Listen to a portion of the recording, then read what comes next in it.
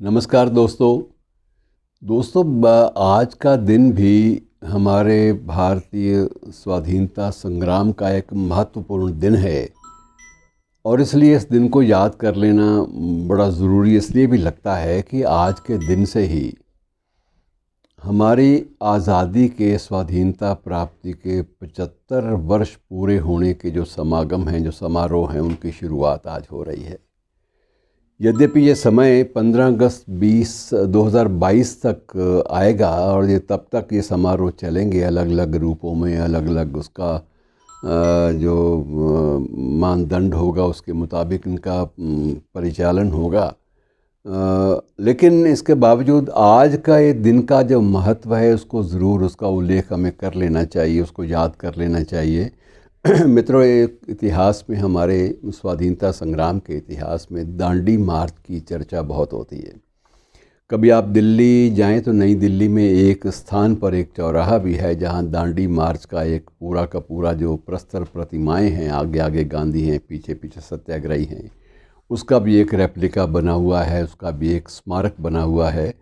और वो स्मारक भी अपने आप में अद्भुत है, प्रेरणा देता है। दांडी मार्च क्यों प्रसिद्ध है, इस बात को हमें जानना चाहिए। दांडी मार्च का दूसरा नाम नमक सत्याग्रह भी है। नमक सत्याग्रह और दांडी मार्च एक ही चीज़ है और इनफैक्ट वास्तव में ये जो हमारा जो असहयोग आंदोलन था उसकी बुनियाद भी यहीं से शुरू होती है।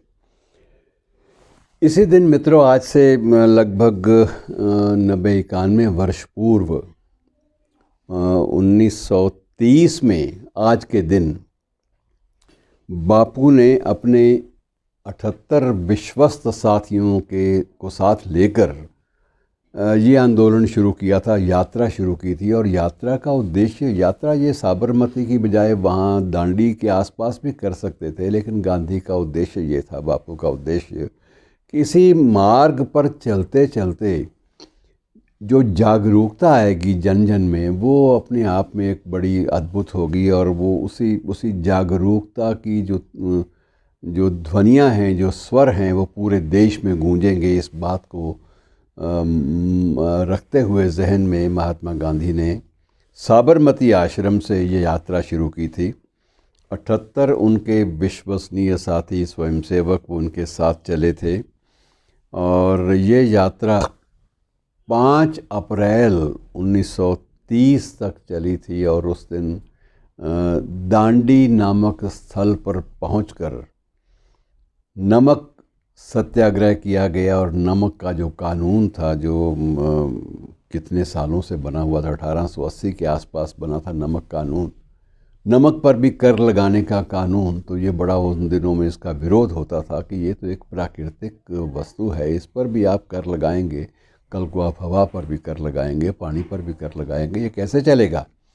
तो बापू ने इन्हीं मूल उद्देश्यों को लेकर ये यात्रा शुरू की थी, जो 5 अप्रैल 1930 को ही, यानी अगले महीने शायद उस दिन फिर हम लोग आपस में मिलें और याद करें उस यात्रा की समापन की जो घटनाएं थी।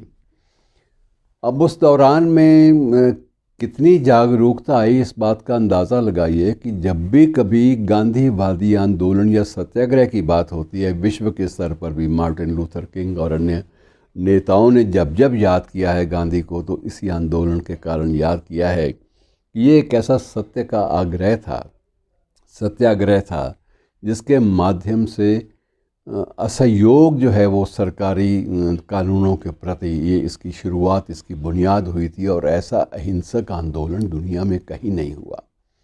इतने दिन लगातार आंदोलन चले और इस आंदोलन के दौरान में ब्रिटिश शासन ने 60,000 के लगभग लोगों को गिरफ़्तार भी किया। जहाँ भी गांधी जाते वहाँ गिरफ़्तारियों का सिलसिला शुरू हो जाता, लेकिन गांधी आगे बढ़ते जाते। और ये कुल 390 किलोमीटर की यात्रा थी जो तय की गई, 390 किलोमीटर। और अवधि आपके सामने है। और इसी अवधि में जो जागरूकता का संदेश जो दुनिया भर में फैला, उसने पूरे विश्व को हतप्रभ कर दिया कि कोई भी अपनी मांग की पूर्ति के लिए अहिंसक रूप से भी आंदोलन चला सकता है।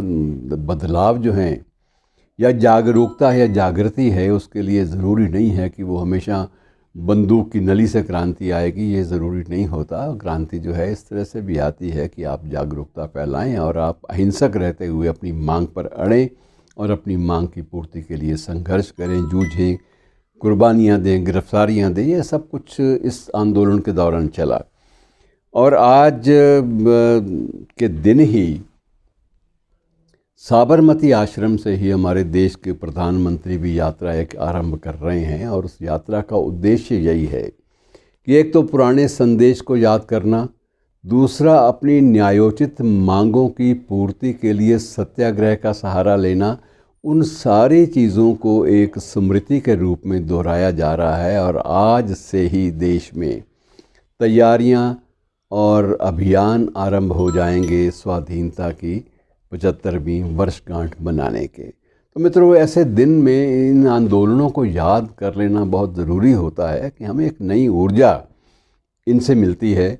और अच्छी बात यह है कि बहुत सारी जो राज्य सरकारें हैं वो इस दिन को अपने दलगत वैचारिकता से ऊपर उठकर अपने अपने रूप में मनाने का प्रयास कर रही हैं। लगभग हर जगह अपने संगोष्ठियाँ और प्रदर्शन और जनसभाएं हो रही हैं ताकि इस महत्वपूर्ण दिन का महत्व याद किया जा सके। धन्यवाद दोस्तों।